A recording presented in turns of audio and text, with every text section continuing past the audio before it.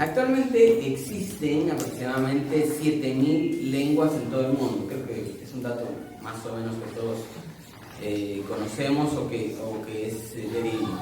Más o menos 7.000 lenguas en el mundo. Se calcula que la mitad de ellas está en proceso de desaparición o de extinción y que en los próximos años probablemente esto ocurra. Es el vaticinio, no sabemos, veremos qué pasa, ¿no? Ahora, este fenómeno no es algo nuevo, se viene dando hace mucho tiempo, y uno de los factores que por ahí influye o incide en este aspecto del peligro de extinción de las lenguas es la instauración de una lengua común. Ejemplo, ¿cuáles? Por ejemplo, el esperanto, el inglés, ¿qué otro? El español también, es cierto. Y bueno, si nos vamos para atrás, hay un montón más. Pero es una cuestión que incide, ¿sí? Ahora, ¿recuerdan ustedes que también en la Biblia hay un ejemplo de esto? ¿Cuál es? La Torre de Babel. Que en el contexto o en el fondo histórico de la Torre de Babel, porque uno lo interpreta del lado de lo espiritual, pero en el contexto histórico de ese momento había una crítica a ese aspecto de querer homogeneizar todos los pueblos a través de una lengua común que era el acadio, probablemente sí creo que era el acadio en aquel entonces, a través de los babilonios, ¿no? Entonces también hay en la Biblia un aspecto de esto, algo que puede estar ocurriendo muy normalmente, ¿no? Ahora, ¿por qué yo introduzco mi predicación con esta historia, con este dato? Porque yo creo que hay diferentes lenguajes, que también no necesariamente tienen que ver con estos, pero que sí también están en peligro de extinción. ¿A cuál me refiero? Yo creo que en el contexto moderno nuestro, uno de los lenguajes en peligro de extinción es el que llamémosle así el lenguaje de la pareja. El lenguaje del amor, si quieren ustedes llamarlo, ¿no? También está en peligro de extinción en este formato de sociedad moderna que nosotros tenemos. Y mucho tiene que ver con la falta de preparación para una comunicación sana, efectiva. Y miren otro elemento, afectiva. Se nos olvida lo afectivo dentro de la comunicación. Puede ser muy efectiva, o sea, querer comunicar lo que vos querés comunicar, pero si no es afectiva, también va a tener un faltante en ese sentido, ¿no? Así es que nos hace falta, no nos preparan para el matrimonio, ¿no? No nos preparan para comunicarnos dentro del contexto del matrimonio, porque es otra cosa totalmente diferente. Cuando yo soy solito, eso es otra cosa, pero cuando yo estoy en pareja y cuando ya vienen los chicos, es una cuestión totalmente diferente. Entonces, creo que no nos preparamos para eso y ahí hay conflictos, habría que resolver conflictos, o en el lenguaje también diario. A veces yo siento que la comunicación en la pareja es muy tosca. No sé si a ustedes les parece, muy tosca. Ya sea del hombre a la mujer, que le habla muy fuerte, o de la mujer al hombre también, que podría hablarle muy fuerte, muy tosca, me parece a mí. Hace años yo hice una serie de predicaciones que se llamó Hagamos un trato por el buen trato. Yo sé que ustedes no se acordarán, yo me acuerdo de esa serie que se llamó Hagamos un trato por el buen trato, que era una campaña en Uruguay, realmente. Y a veces necesitamos reelaborar también esos aspectos. Bueno, ¿a qué me refiero con esto? Hoy vamos a hablar de la comunicación, especialmente en el contexto de pareja o en el contexto de matrimonio, que aunque tenemos algunos adolescentes, ¿les sirve, chicos? ¿Les sirve? No por el matrimonio, sino por la comunicación, por la comunicación. Y especialmente creo yo que no quiero apuntar a los pasos, de comunicación, sino al fundamento de la comunicación en la vida cristiana y en el contexto del matrimonio. ¿Sí? En ese contexto es que yo me enmarco y digo, bueno, si bien es cierto, hay algunos pasos, quiero ir un poquito más profundamente. Quiero ir al fundamento de esa comunicación que tenemos o que podemos tener en el marco del matrimonio o de la pareja cristiana. Bueno, por eso el título se llama Amor, o como ustedes le digan, hablemos. Hablamos, ¿no? Creo que es importante. ¿Por qué? Porque este texto habla de la pareja. Bueno, vamos a nuestro texto, ¿te parece? Efesios capítulo 5 versículos, y voy a seleccionar algunos en particular. Dice así. Bueno, Efesios 5:21 dice, y aquí pongan atención porque este primer versículo es el condicionante de todo el resto, es el condicionante de todo el resto, ¿sí? De aquí va a desprender todo lo demás. Dice, sométanse unos a otros por reverencia a Cristo. ¿Está? Ahí está la base. Sométanse unos a otros por reverencia a Cristo. Porque es que lo que sigue se ha malinterpretado por la mayoría de iglesias, en la sociedad moderna. ¿Sí? ¿Nunca entendieron este primer versículo? Sí, en los demás. Sí se aferraron a los demás, pero este nunca se ha aferrado. Miren, esposas, y ahí sí, ¿cómo es? Sométanse a sus propios esposos como al Señor, ¿no? Eso sí, ¿no? Porque las iglesias, esto sí lo tienen claro, Bueno, muchas iglesias. Y no es que esto deje de tener valor, porque su relación con el Señor es hermosa. El problema es que si vos no consideraste lo anterior, entonces por ahí te vas a enfocar en una sola cosa de los aspectos, ¿no? Entonces, porque el esposo es cabeza de su esposa, así como Cristo es cabeza y salvador de la iglesia, la cual es su cuerpo. Y está hermoso, me parece hermosa la metáfora y creo que es de gran valor. Ahora no se queda solamente ahí. Dice en el 25, esposos, amen a sus esposas, así como Cristo amó a la iglesia y se entregó por ella. ¿Ah? Entonces, si vos pones en dimensión el sometimiento y el amor, ¿podría tener más peso cuál? ¿El someterse? No, el amor. El amor tiene más peso. Mirá lo que le demanda. De hecho, se le demanda poco a la mujer y al hombre se le está insistiendo mucho en algunos aspectos. Por eso quedémonos con el anterior y chao. ¿Viste? Claro, esa es lo que se hace, quedarnos con el anterior. 25 dice, esposos amen a sus esposas, así como Cristo amó a la iglesia y se entregó por ella. Miren el 33. En todo caso, cada uno de ustedes ame también a su esposa como a sí mismo, y que la esposa respete a su esposo. ¿Qué significa esto? Significa reciprocidad. No sé si ustedes se dan cuenta de eso, ¿no? Hay reciprocidad, porque tanto el primero como el último me están diciendo exactamente lo mismo. Sométanse unos a otros por reverencia a Cristo, y dice que la esposa respete a su esposo y el esposo ame a su esposa. Entonces, yo lo que veo ahí es reciprocidad. No veo que esté diciéndole a las esposas que agachen la cabeza y que sean violentadas, muchas veces violentadas por sus esposos cristianos. ¿No? De esto yo podría darles un montón de ejemplos, pero creo que me parece que no vamos a ir al morbo, creo que vamos a ir a este aspecto de ver el fundamento más bien. ¿Cuál es el fundamento? ¿Cuál es el fundamento de buscar esta comunicación, ¿no? De que hablemos en un marco de comunicación sana, efectiva y afectiva. Bueno, sí, sigamos nuestra exposición. Miren, la carta a los Efesios, que es la que estamos leyendo, y la carta a los Colosenses son dos, ahí hay dos listas de comportamiento dentro de las relaciones matrimoniales, pero también domésticas, porque recuerdan ustedes que ahí hay un comportamiento de los hijos hacia los padres, de los esposos y las esposas, y también de ¿quiénes más? ¿Recuerdan ustedes? De los esclavos hacia sus amos. ¿no? ¿Se recuerdan ustedes? Sí. Ahí hay esclavitud. Ojo, que hoy no avalaríamos la esclavitud, ¿o sí?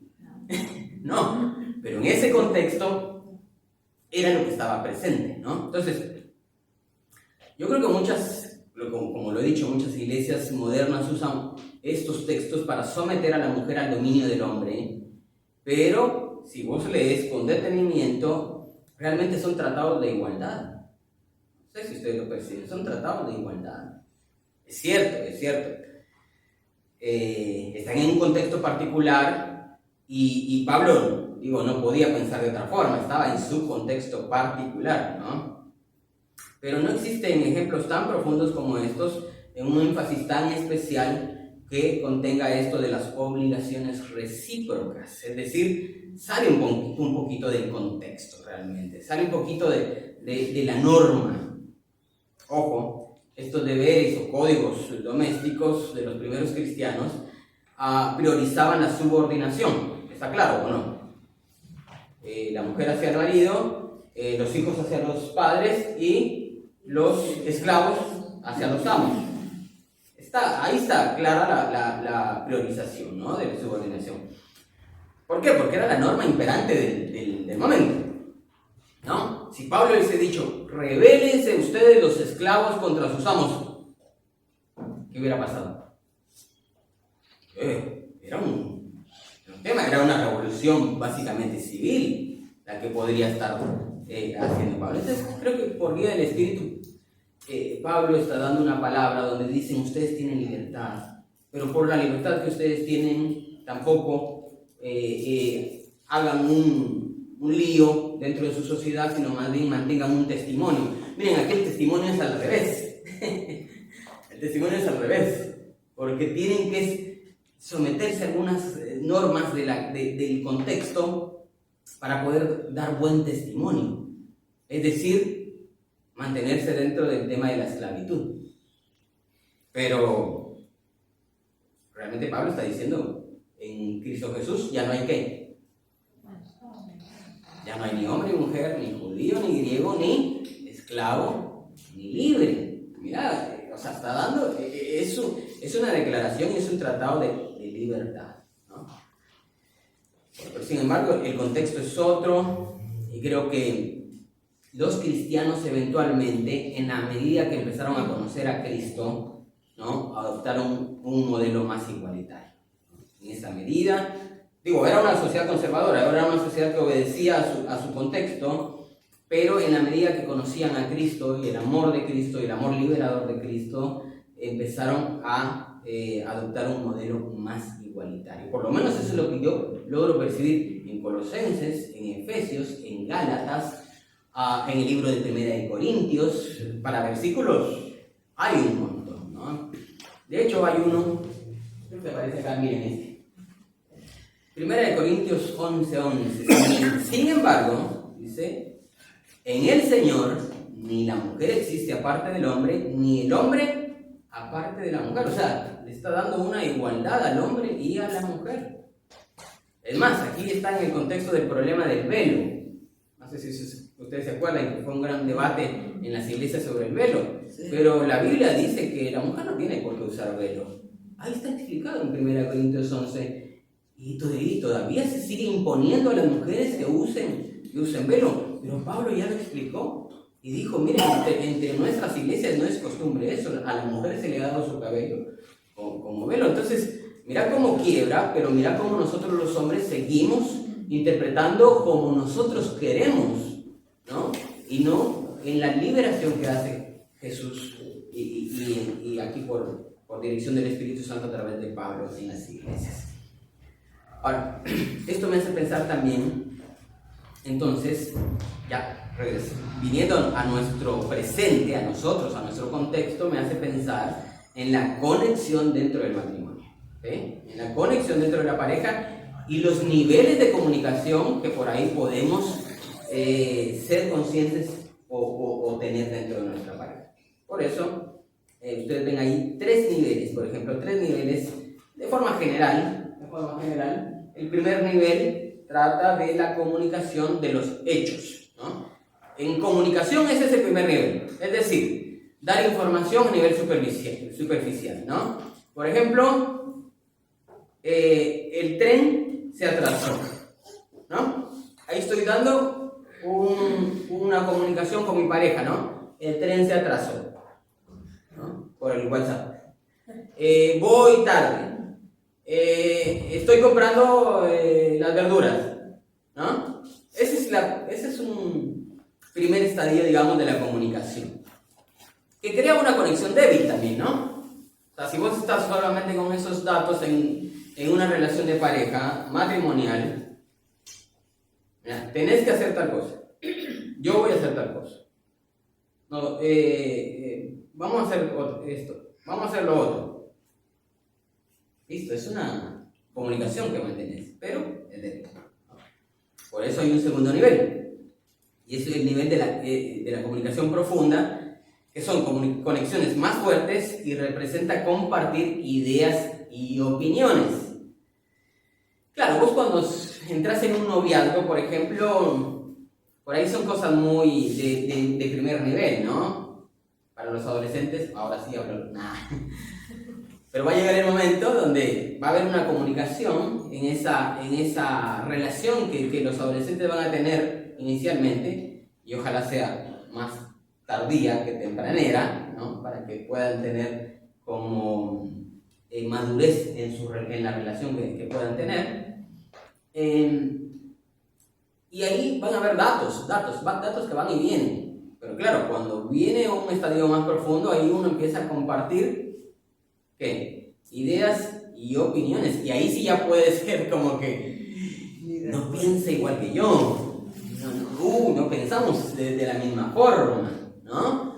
Y ahí van a empezar a tomar decisiones si la pareja sigue junta o no.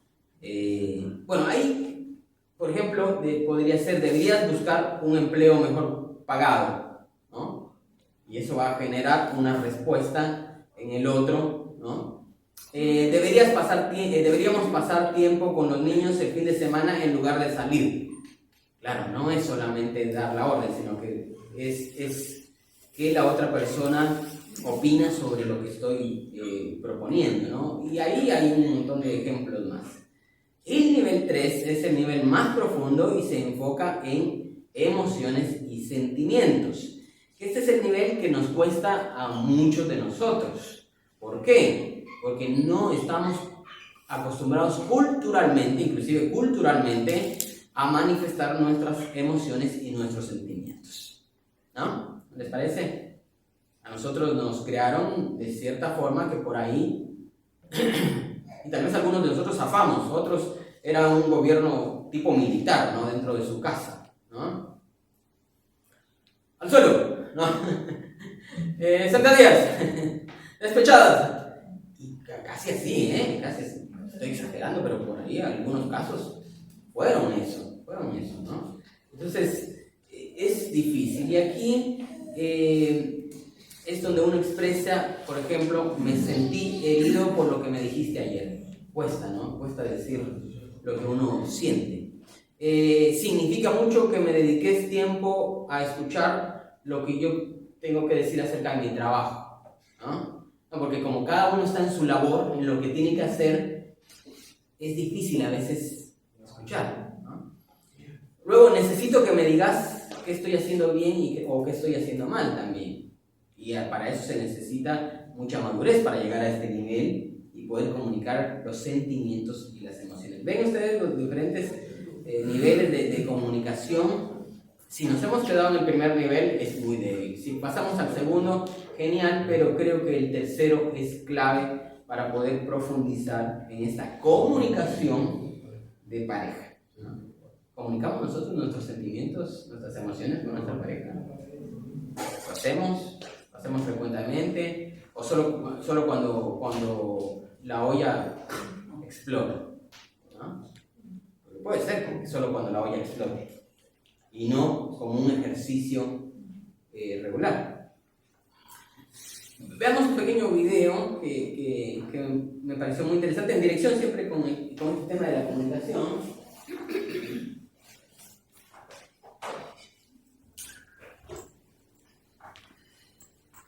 He estado casado con Dayan mucho tiempo. He estado casado con Dayan mucho tiempo. He estado casado con Dayan mucho tiempo. Parece demasiado tiempo. La verdad es que ha durado medio siglo. Y no puedes estar casado tanto tiempo sin momentos difíciles. Y sí, los hemos vivido. Creo que hemos vivido momentos en donde parece que todo terminará. Recuerdo que hace algunos años, los niños eran pequeños, yo estaba ocupado con mi trabajo en Leyes. Y Dayan me dijo un día, cariño, no sé si continuaremos. Fue una sorpresa increíble para mí. Le dije, ¿a qué te refieres? Y dijo, estás tan ocupado que no tenemos tiempo para conversar y a veces cuando tienes una vida ocupada le dices sí a todo el mundo, pero no a aquellos con quienes tenemos una responsabilidad. Recuerdo que cancelé compromiso tras compromiso y pasamos largas tardes de invierno frente a la fogata, hablamos de qué tan ocupado estaba, hablamos de nuestra relación sexual, hablamos del dinero, y ese fue un trabajo arduo. Pero al hablar, empezamos a abrirnos uno con el otro y a entendernos. No solo eran palabras. Dayan me decía con frecuencia, cuando haces eso, así me siento. Y fue como una bombilla que se encendió en mi mente, pero recuerdo bien esas tardes de invierno. Claro que la comunicación es de dos. La comunicación efectiva siempre es dinámica. Se necesita hablar y escuchar. Se necesita una respuesta de la otra persona. Hay un flujo continuo, un intercambio. Y en el matrimonio, la meta es escuchar 2 veces más de lo que se habla. Está muy bueno, ¿no? Bueno, esto es solo un adelanto de lo que puede ser un programa futuro, porque esto es Alfa para matrimonios. Alfa para matrimonios o Alfa para parejas. Es un material hermoso, espectacular. No sé si han visto los últimos videos que he pasado yo acá. Tiene que ver con todo ese material que hay muchísimo para hablar. Pero bueno, eso va a ser en otra oportunidad. ¿Qué veo yo en este video? No sé si les llamó la atención algunas de las cosas que se dijo ahí. Por ejemplo, no podés estar casado tanto tiempo sin momentos difíciles. Sí. O sea, es imposible que todo salga color de rosa. Cuando todo sale color de rosa, cuando todo está bien, no sé si está bien. ¿No? Así es que siempre van a haber tiempos difíciles. Y a veces recuerdo a alguien que nos dijo a Sayuri y a mí cuando recién o cuando estábamos comprometidos, que a veces la persona, porque recibimos charlas prematrimoniales, ¿no? Y decía la persona que creo, no sé si lo hizo alguna vez o pasó, de que había parejas que decían, no, todo está bien, nunca hemos tenido una pelea. Y entonces le decía la persona, bueno, vayan y cuando tengan la pelea, entonces regresan conmigo. Y entonces ahí sí les puedo dar las clases matrimoniales. ¿Por qué? Porque es imposible que todo marche tan bien sin que haya una discusión o una diferencia, por lo menos, ¿no? Entonces siempre van a haber tiempos difíciles. Cuando tienes una vida ocupada, le decís sí a todo el mundo, menos a aquellos con quienes tenés responsabilidades. ¿Pasa? Sí, pasa, ¿no? Otra frase dice, no solo eran palabras, se comunicaban sentimientos. Y cuando se comunican sentimientos, creo que llega a otro nivel mucho más profundo, que le pasó a que es un oficial de la... de Inglaterra, ¿no? O sea, imagínense lo ocupado que estaba este tipo, probablemente era un diplomático. Estaba re ocupado, pero mirá cómo cancela todo. Dice, cancelé todo, porque vio lo que era prioritario y se fue con su esposa a un tiempo de ellos, ¿no? Donde pudieron resolver muchos de los asuntos. Dice, la comunicación efectiva es dinámica, hay flujo continuo entre hablar y escuchar. Si el flujo solo está en escuchar, hay un problema. Si el flujo solo está en hablar, hay un problema. Es un flujo continuo y dinámico entre escuchar y entre hablar. Y por último dice que en el matrimonio la meta es escuchar 2 veces más de lo que se habla. ¿No? Está bueno lo que nos sugiere aquí este pequeño video, ¿no? Ahora, regresemos a nuestro texto, porque aquí estará claro, o sea, tenemos las bases, tenemos los niveles de comunicación, ¿sí? Tenemos ejemplos de personas que han pasado por situaciones difíciles y que nos animan a comunicarnos de otra forma. Pero ¿cuál es la base de esa comunicación en el mundo cristiano? Y ahí es donde yo quiero regresar a nuestro texto. ¿Cuál es esa base? Porque cuando nosotros regresamos a nuestro texto, vemos que Pablo escribió por guía del Espíritu Santo, inspirado por el Espíritu Santo, escribió apuntó a una solución a los problemas de la iglesia en Éfeso, ¿sí? Por su contexto particular. Hoy nosotros extraemos principios bíblicos de ese texto para nosotros y lo aplicamos a nuestros problemas que pueden ser similares, ¿no? Que pueden ser muy parecidos. No exactamente los mismos quizá, pero sí muy parecidos. Y que era una guía. Recuerden ustedes que el texto bíblico no se encarga de hacer tanta particularidad en cada uno de los casos. ¿Por qué? Porque no había suficiente material, porque no había suficiente papiros, materiales para poder escribir, así es que trataban de hacerlo todo muy concreto. Era caro todo también eso. Entonces, si hubiese sido más barato, hubiesen escrito mucho más. Como lo que nos pasa ahora a nosotros. En internet, ¿cuánto hay de información? Una cantidad de información. Pero en aquel entonces había una economía de la información, es decir, se escribía lo necesario, porque pudieron ser mucho más casos. Así es que de aquí extraemos nosotros principios para nuestras vidas.